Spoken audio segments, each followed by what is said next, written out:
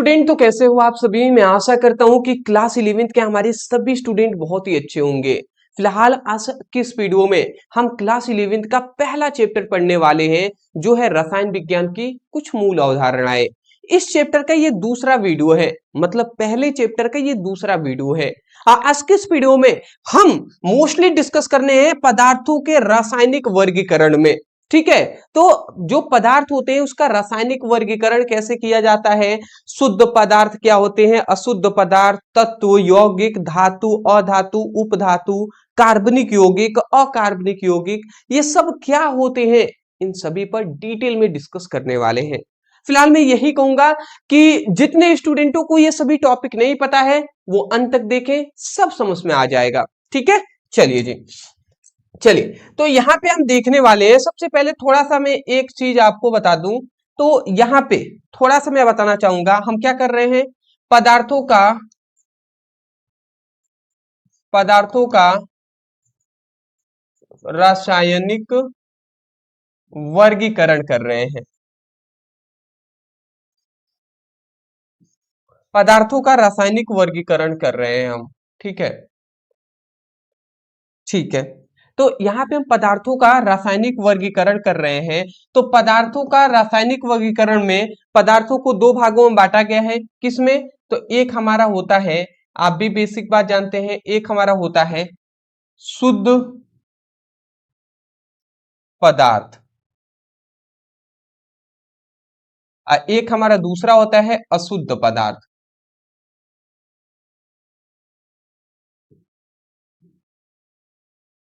शुद्ध पदार्थ, अशुद्ध पदार्थ। और जो शुद्ध पदार्थ होते हैं ये तीन प्रकार के हमारे ये जो हमारे शुद्ध पदार्थ होते हैं, ये फिर से ये शुद्ध पदार्थ दो भागों में बटे हुए होते हैं। किस भाग में, दो भागों में बटे हुए होते हैं। एक हमारा होता है तत्व और दूसरा हमारा होता है यौगिक। ठीक है, अब तत्व होते हैं ये तीन प्रकार से भाग बटे होते हैं। कौन कौन सा, तो एक हमारा होता है धातु, दूसरा होता है अधातु और तीसरा हमारा होता है उपधातु। ठीक है, यौगिक होते हैं, यौगिक दो भागों में बटे हुए होते हैं। एक हमारा होता है कार्बनिक यौगिक,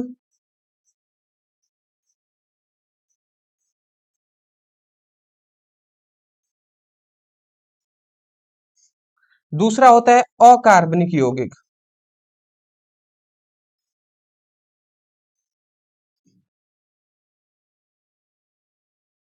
ठीक है, तो ये आप देख सकते हैं, ये कार्बनिक यौगिक है, ये अकार्बनिक यौगिक है।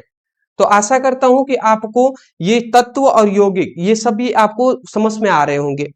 शुद्ध जो पदार्थ होता है, इसका जो शुद्ध पदार्थ होता है उसी को हम, अशुद्ध पदार्थ को ये मिश्रण कहते हैं। अब मिश्रण को भी दो भागों में बांटा गया है। एक होता है समांगीय मिश्रण,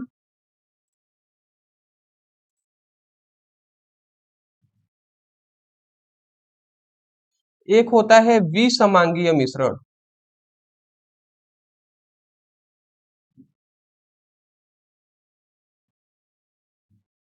ठीक है, तो ये आप याद रखिएगा। चलिए, मैं आशा करता हूं इतनी बात समझ गए हैं। तो देखिए हमें क्या पढ़ना है आज के इस वीडियो में, पदार्थों का रासायनिक वर्गीकरण पढ़ना है। तो इसमें हम पहले जानेंगे शुद्ध पदार्थ क्या होते हैं, अशुद्ध पदार्थ क्या होते हैं।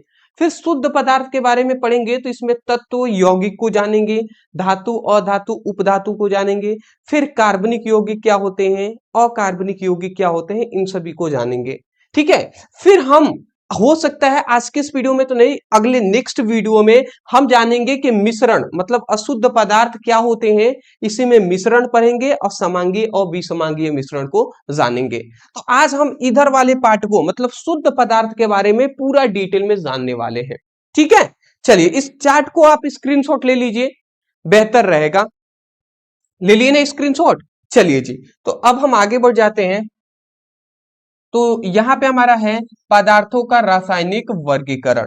तो पदार्थों का रासायनिक वर्गीकरण कितना होता है, तो इसको दो भागों में बांटा गया होता है। ठीक है, एक हमारा होता है शुद्ध पदार्थ और एक हमारा होता है अशुद्ध पदार्थ, जिसे हम मिश्रण कहते हैं। ठीक है, अब शुद्ध पदार्थ किसे कहते हैं जी, शुद्ध पदार्थ। तो शुद्ध पदार्थ का मतलब कि कोई भी पदार्थ एक ही चीजों से मिलकर बना होगा, एक ही प्रकार की चीजों से, तो वही शुद्ध पदार्थ होगा। मतलब अगर एक परमाणु से, मतलब मान लेते हैं कोई एक पदार्थ है, ठीक है, ये एक पदार्थ है, तो ये बहुत सारे परमाणुओं से मिलकर बना होगा, तो ये सभी परमाणु एक समान होने चाहिए, सभी परमाणु एक समान होगा, तो उस पदार्थ को हम शुद्ध पदार्थ कहेंगे। तो यही हमने लिखा है कि वह पदार्थ जो केवल एक ही प्रकार के परमाणुओं से मिलकर बना होता है। एक ही प्रकार के मतलब ये जो परमाणु है ये सेम दूसरे वाले परमाणु से सेम होगा, तो एक ही प्रकार के परमाणुओं से मिलकर जो बनेगा उसी को हम क्या कहेंगे, तत्व कहेंगे। ठीक है, और तत्व जो होते हैं दो प्रकार के होते हैं, एक होता है शुद्ध पदार्थ जो होते हैं ये दो प्रकार के होते हैं, एक होता है तत्व और दूसरा हमारा होता है यौगिक। दूसरा हमारा क्या होता है, यौगिक होता है। तो मैं आशा करता हूं आप समझ के होंगे कि जो हमारा शुद्ध पदार्थ होते हैं दो प्रकार से होते हैं, पहला एक तत्व, दूसरा है यौगिक। तो आशा करता हूं इतनी बात समझ के होंगे। तो अब हम आते हैं कि तत्व क्या होते हैं, फिर हम जानेंगे यौगिक क्या होते हैं। ठीक है ना, चलिए जी। तो अब हम यहाँ पे समझ लेते हैं तत्व क्या होते हैं, एलिमेंट क्या होते हैं। तत्व क्या होते हैं जी, तो व्हाट इज एलिमेंट, तो यहाँ पे हमने लिखा हुआ है तत्व वह शुद्ध पदार्थ है। तत्व वह वह शुद्ध पदार्थ होता है जो केवल एक ही प्रकार के परमाणुओं से बना होता है। समझ रहे हैं, जैसे एक मान लेते हैं, जैसे एक एक एक मान लेते हैं, एक यहाँ पे नाइट्रोजन एक तत्व है। तो नाइट्रोजन जो है ना, नाइट्रोजन, ये जो नाइट्रोजन है मान लेते हैं, तो इसमें जितने भी नाइट्रोजन के परमाणु होंगे ये सभी एक समान होंगे, एक ही जैसे परमाणुओं से मिलकर बने होंगे। तो यही बात कह रहा है कि तत्व वह शुद्ध पदार्थ होता है जिसमें केवल एक ही प्रकार के परमाणुओं से बने होते हैं। समझ रहे हैं ना, केवल एक ही प्रकार के परमाणुओं से बने होंगे, जैसे कि नाइट्रोजन हो गए, जैसे कि अब हम कह सकते हैं ऑक्सीजन हो गया, हम कह सकते हैं हीलियम हो गया, हाइड्रोजन हो गया, ये सभी तत्व ही तो हैं। तो ये बातें हो गई जी। आशा करता हूं कि आपको समझ में आ गया होगा। अगला आता है, यहाँ पे एक चीज आप याद रखेंगे कि इसे रासायनिक विधियों से सरल पदार्थों में नहीं तोड़ा जा सकता। मतलब तत्वों को ना रासायनिक विधियों से सरल पदार्थों में, इस तरीके से सरल पदार्थों में हम नहीं तोड़ सकते। दूसरी बात क्या जा रहा है, जैसे कि एग्जाम्पल में हाइड्रोजन है, ऑक्सीजन है, लोहा है, तांबा है। संकेत रूप में ऑक्सीजन को O से, हाइड्रोजन को H से, हाइड्रोजन को H से, ऑक्सीजन को O से, लोहा को Fe से, और तांबा मतलब चांदी के Ag से, चांदी Ag से दर्शाते हैं। तो मैं आशा करता हूं कि आपको तत्व समझ में आ गया होगा। और जो तत्व होते हैं ये कितने प्रकार के होते हैं, तो यहाँ पे याद रखेंगे कि तत्व जो होते हैं, तत्व के अगर प्रकार पर डिस्कस करें, इसके टाइप्स पर डिस्कस करें, तो तत्व जो होते हैं ये तीन प्रकार के होते हैं। थ्री थ्री टाइप्स के होते हैं, तीन प्रकार के। पहला हमारा होता है धातु, पहला हमारा होता है धातु, दूसरा हमारा होता है अधातु, और तीसरा हमारा होता है उपधातु। ठीक है ना, तो धातु, अधातु और उपधातु ये तीन प्रकार से ये बांटे गए हैं, ये तीन प्रकार से तीन भागों में विभाजित हैं जी। आशा करता हूं आप समझ के होंगे। स्क्रीनशॉट ले लीजिए, ले लिए ना, चलिए अच्छी बात है। तो अब हम जान लेते हैं यहाँ पे तत्वों के प्रकार। तो तत्वों के तीन प्रकार होते हैं, थ्री टाइप्स होते हैं। इसमें से पहला हमारा हमने बताया धातु है, फिर अधातु, फिर उपधातु। अब धातु किसे कहते हैं, फिर अधातु क्या होता है, उपधातु क्या होते हैं, इसको भी डिटेल में समझ लेते हैं। तो चलिए यहाँ पे हम लिख देते हैं सबसे पहले धातु। धातु क्या होते हैं, तो सिंपल सा हमने परिभाषा लिखा है कि वे तत्व जो सामान्यतः क्या होते हैं, कठोर होते हैं, तन्य होते हैं और विद्युत तथा ताप के अच्छे चालक होते हैं, उन्हीं को हम धातु कहते हैं। मतलब समझे आप कि वे तत्व जो सामान्यतः कठोर होते हैं, कठोर मतलब जैसे कि लोहा एक है, तो लोहा क्या है, लोहा कठोर होता है कि नहीं होता है जी। तो वे तत्व जो क्या होते हैं, जो सामान्यतः कठोर होंगे। दूसरी बात तन्य होते हैं, तन्य मतलब ना कि उसको तान कर कितना भी लंबा किया जा सकता है, जैसे कि सोना जो होता है, सोने में कुछ इम्प्योरिटी, अशुद्धता मिलाकर उसको तानेंगे, उसको खींचेंगे ना, तो वो लंबा हो जाएगा। जैसे कि एक लोहा, गोल गोल गोल आकार का लोहा है, इसको चाहे तो इसको इस तरीके से पीट कर हम इस तरीके से आयताकार बना सकते हैं, पतला सा बना सकते हैं ना। तो वही है तन्य का मतलब। दूसरी बात आता है, विद्युत तथा ताप के अच्छे चालक होते हैं। मतलब अगर हम इसको अगर हम ताप मान लेते हैं, यहाँ पे आग जल रही है और इसके आग जल रही है, यहीं पे ये लोहा है ना, तो ये तुरंत ये जो लोहा होगा, वो पदार्थ होगा, जो धातु वाला पदार्थ होगा, ये भी गर्म हो जाएगा, ये गर्म हो जाएगा। ठीक है, तो यही बात है। अगर मान लेते हैं ये जो लोहा है, मान लेते हैं एक धातु है, इसमें विद्युत धारा हम प्रवाहित करेंगे तो इसमें आसानी से विद्युत धारा प्रवाहित होने लगेगा। तो वही क्या है, हमारा धातु है जी। आशा करता हूं आप समझ गए होंगे। अगला हमारा आता है उदाहरण। अब उदाहरण क्या होता है तो मैं बता दूं कि जैसे धातु है, तांबा है, सोना है, एल्यूमिनियम है, ये सभी एग्जाम्पल है जी। सॉरी, धातु यहाँ पे नहीं, मतलब तांबा हो गया, तांबा को आप समझते हैं ना, तांबा हो गया, फिर सोना हो गया, फिर एल्यूमिनियम हो गया। तांबा को हम कॉपर को हम कहते हैं ना, कॉपर को तांबा कहते हैं, ये आप याद रखेंगे। सोना को AU से दर्शाते हैं और चांदी को AG से दर्शाते हैं। यहाँ पे हमने थोड़ा सा, तांबा था ना, ये AG नहीं लिखना चाहिए था, CU, कॉपर को हम तांबा कहते हैं ना, तो शायद यहाँ पे CU होना चाहिए था। चलिए, तो मैं आशा करता हूं आप समझ के होंगे। तो ऐसा तत्व जो कठोर होगा, दूसरी बात कठोर होने के साथ साथ उसमें तन्य का गुण होगा, और तीसरी बात विद्युत तथा ताप के अच्छे चालक होंगे, तो वो सभी हमारे क्या होंगे, वो धातु कहलाएंगे। अब आता है अधातु किसे कहते हैं। अधातु, तो अधातु का मतलब है कि वे तत्व जो न तो चमकदार होते हैं और न ही अच्छे चालक होते हैं, और जो भंगुर होते हैं उन्हें ही हम क्या कहते हैं, अधातु कहते हैं। अब समझिएगा, वे तत्व जो न तो चमकदार होते हैं, ठीक है, चमकेंगे नहीं, जैसे कि लोहा, सोना हो गया, चांदी हो गया, ये चमकने वाली चीजें हैं। परंतु अधातु मतलब क्या है कि जो चमकदार नहीं होते हैं और ना ही अच्छे चालक है। चालक का मतलब कि जिसमें अगर हम विद्युत धारा प्रवाहित करेंगे तो उसमें विद्युत धारा नहीं बहेगा, और वो भंगुर होते हैं, ठीक है, तो उन्हें ही हम क्या कहते हैं, अधातु कहते हैं। जैसे कि हाइड्रोजन हो गया, जैसे कि कार्बन हो गया, जैसे कि ऑक्सीजन हो गया, जैसे कि नाइट्रोजन हो गया। तो ये सभी क्या है, ये सभी अधातु हैं, क्योंकि ये सभी चमकदार नहीं होते हैं। दूसरी बात, ये सभी अच्छे चालक नहीं है। इसमें हाइड्रोजन, ऑक्सीजन, कार्बन, नाइट्रोजन में अगर हम विद्युत धारा प्रवाहित करेंगे तो नहीं बहेगा, ठीक है, और ये सभी भंगुर होते हैं, तो उन्हें ही हम अधातु कहते हैं। समझ गए होंगे। अगला हमारा आता है उपधातु। उपधातु का मतलब क्या होता है कि उपधातु का सिंपल सा मतलब है कि ये कभी कभी धातु की तरह व्यवहार करता है और कभी कभी अधातु की तरह व्यवहार करता है।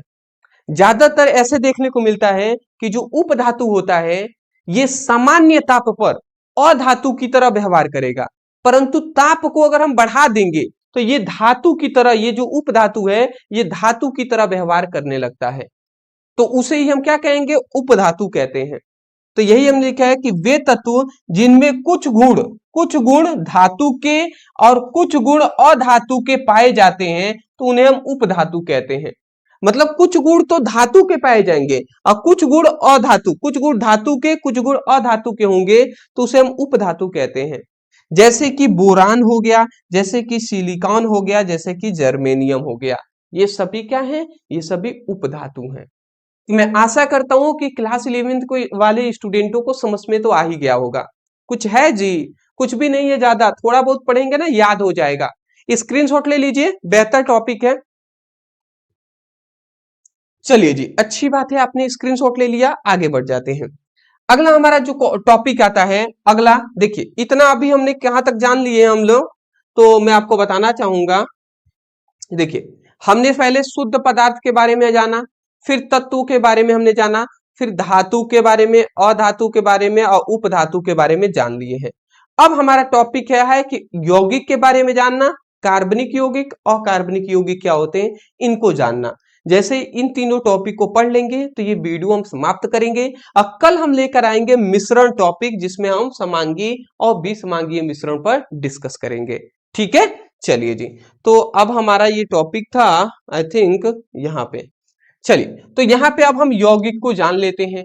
यौगिक को हम इंग्लिश में क्या कहते हैं? कंपाउंड कहते हैं। तो compound, what is compound?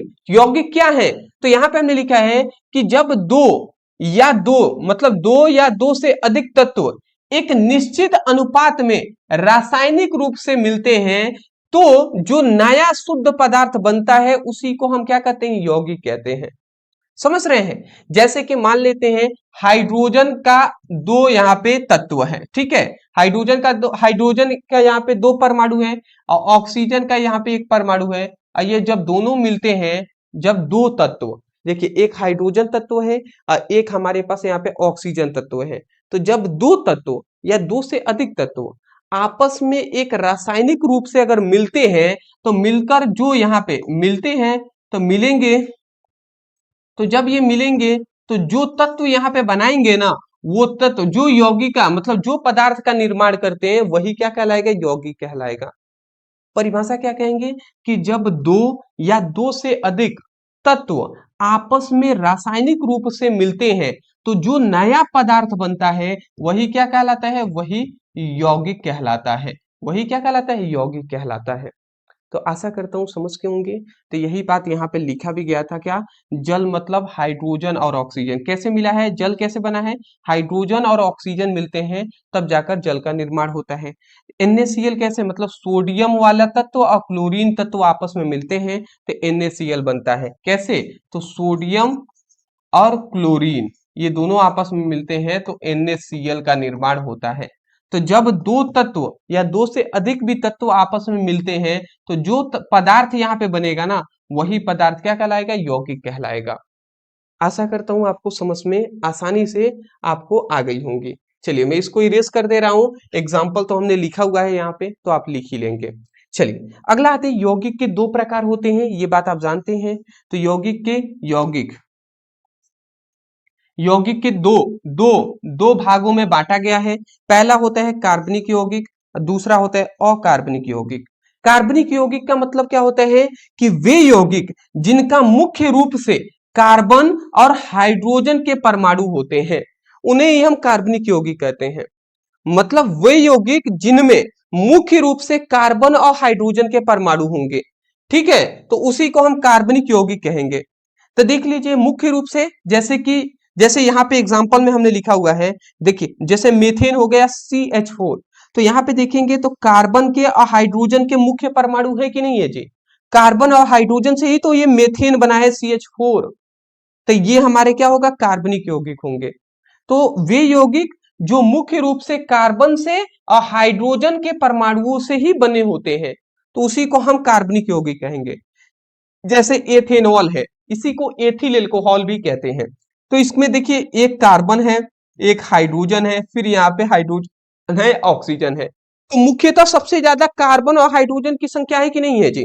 Carbon की संख्या 2 है, हाइड्रोजन की संख्या 6 है, यहाँ पे 5 है, यहाँ पे 1, 6 है। तो 6, तो यहाँ पे मुख्य रूप से तो यही है ना, कार्बन हाइड्रोजन, तो ये हमारे कार्बनिक यौगिक होंगे। ग्लूकोज में भी देख सकते हैं तो कार्बन की संख्या 6 है, हाइड्रोजन की संख्या 12 है, तो यहां पर भी ये क्या हो जाएगा हमारा? ये हमारा कार्बनिक यौगिक हो जाएगा। सिंपल सी बात है, अगर पहचानना है कि कौन सा यौगिक कार्बनिक है और कौन सा नहीं, तो ये जान लीजिएगा जिसमें भी कार्बन दिख जाए तो वो समझ लीजिए कार्बनिक यौगिक है। और अकार्बनिक यौगिक का जस्ट इसका उल्टा है कि वे यौगिक जिनमें कार्बन मुख्य रूप से नहीं होता है या बहुत कम मात्रा में होते हैं उन्हें अकार्बनिक यौगिक कहते हैं। ठीक है, जैसे कि जल हो गया, ठीक है, जैसे कि जल हो गया H2O, ठीक है, तो इसमें कार्बन है जी? नहीं है, तो ये हमारा क्या होगा? ये हमारा अकार्बनिक यौगिक होगा। जैसे कि सोडियम क्लोराइड हो गया NaCl, तो इसमें देखेंगे तो इसमें कार्बन है जी? नहीं है, सोडियम है, क्लोरीन है, तो ये भी नहीं होगा। अमोनिया जैसे एक एग्जांपल हो जाएगा NH3, तो NH, तो ये हमारा NH3 एमीन हो गया, तो ये भी हमारा क्या हो जाएगा? ये भी हमारा क्या हो जाएगा, NH4 अमोनिया हो जाएगा। तो ये भी, इसमें भी देख सकते हैं कार्बन है नहीं है, तो ये भी हमारा नहीं होगा। ये भी हमारा क्या हो जाएगा, अकार्बनिक यौगिक होगा। तो मैं आशा करता हूं आपको समझ में आ गया होगा अब कि कार्बनिक यौगिक क्या होते हैं, अकार्बनिक यौगिक क्या होते हैं। तो फिलहाल आज के लिए हम इतना ही रहने देते हैं। और क्लास 11 की स्टूडेंटों से मैं कहना चाहूंगा कि हम अभी बेसिक लेवल से पढ़ा रहे हैं। फिलहाल अगर आप हमें कमेंट करेंगे तो आप कहेंगे तो बेसिक लेवल से ही हम पढ़ाएंगे।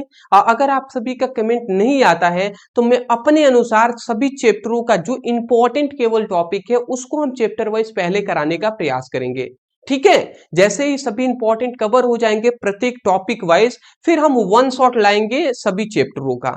ठीक है, तो ये सभी को स्क्रीनशॉट ले लीजिए। मैं साइड हट जा रहा हूं पहले, अब हम डिस्कस कर लेते हैं एक और बातों को। चलिए जी, तो देख लीजिए यहां पे मैं बता दूं, तो अब हमने क्या जाना है इस वीडियो में, शुद्ध अशुद्ध पदार्थ, तत्व, यौगिक, धातु, अधातु, उपधातु, कार्बनिक और अकार्बनिक यौगिक, ये सब हमने जान लिया। तो आज ये हमारा चैप्टर कंप्लीट हो रहा है, सॉरी चैप्टर नहीं, ये सभी टॉपिक।